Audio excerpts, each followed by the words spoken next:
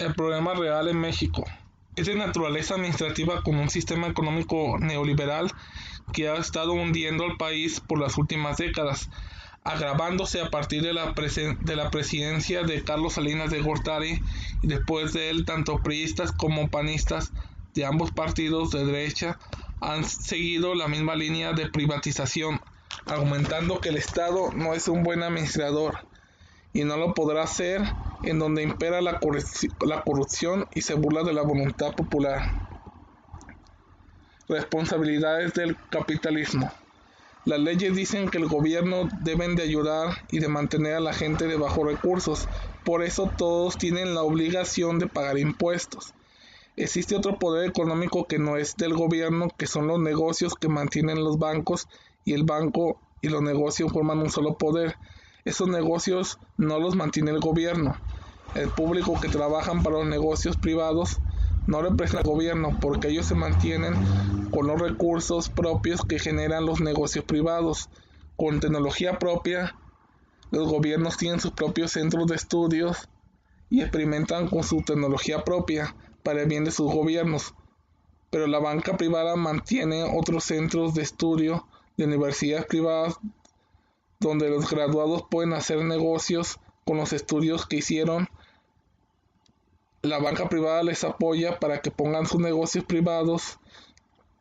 Existen bancos de capital privado y extranjero, por ejemplo Bancomer, HSBC, Banca Promets, que no son de capital del gobierno.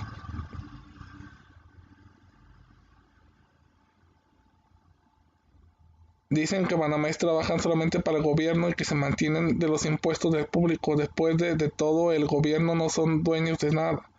Es muy seguro que los negocios tienen que tener dueño porque los del gobierno cambian cada 6 años. Los de la banca privada mantienen su propia economía que manejan desde la administración privada. Pagando sus impuestos les mantiene libre de cualquier culpa. Tienen su propio medio de transporte. Tienen su propia vivienda. Lugares de recreo propios. El gobierno dice que el público de la banca privada no deben de usar los recursos que usan el público del gobierno. Y esto es el sistema capitalista. El 2020 y el postcapitalismo. Los ciclos económicos son medidos principalmente en niveles de actividad económica de determinados periodos, normalmente de meses o años. El momento que estamos viviendo no resultó de una oleada de especulación como ocurrió en octubre de 1929 en Estados Unidos, ni de la excesiva acumulación de la deuda por parte de los gobiernos, empresas y bancos como sucedió en América Latina a principios de los 80 y finales de los 90 del siglo XX. Tampoco comparte origen con la crisis del modelo económico mexicano de 1976 ni de 1982. El 2020 y el postcapitalismo. Continuación. Desde una perspectiva global, el resultado de la emergencia sanitaria representa una amenaza para la estabilidad económica, social, política del mundo.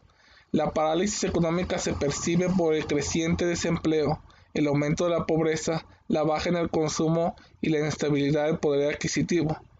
Pero en el cuadro geopolítico hay factores determinantes a considerar como lo son las fuerzas del capital financiero globalizado que impugnan el posicionamiento de una criptomoneda.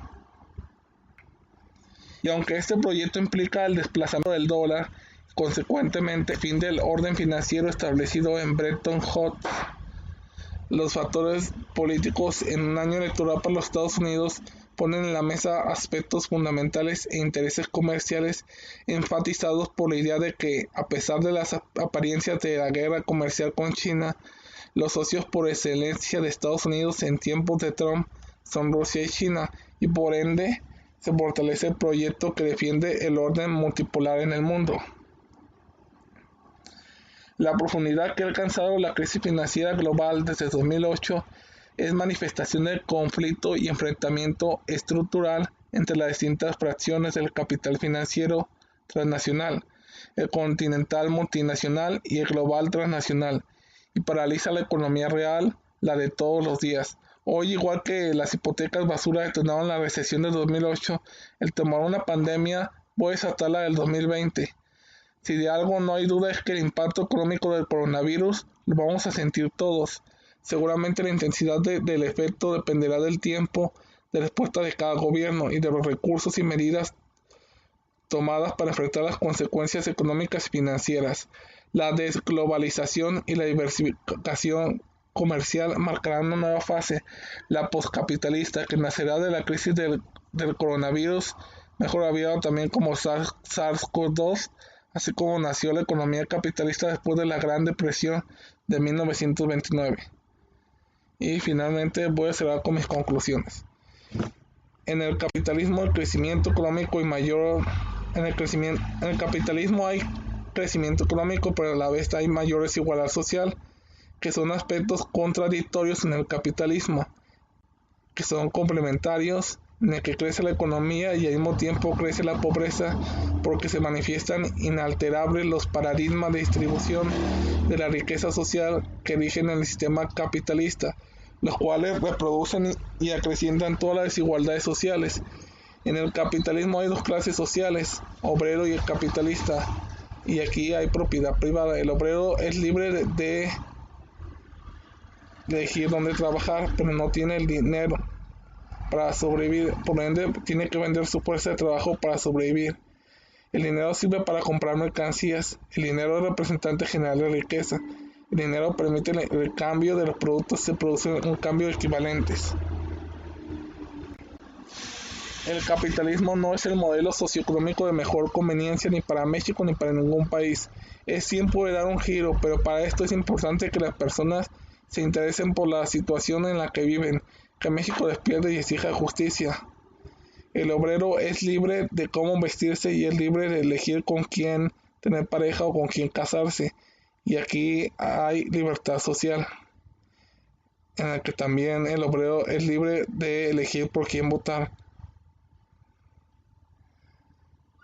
Y al haber libertad para los obreros hay libertad política.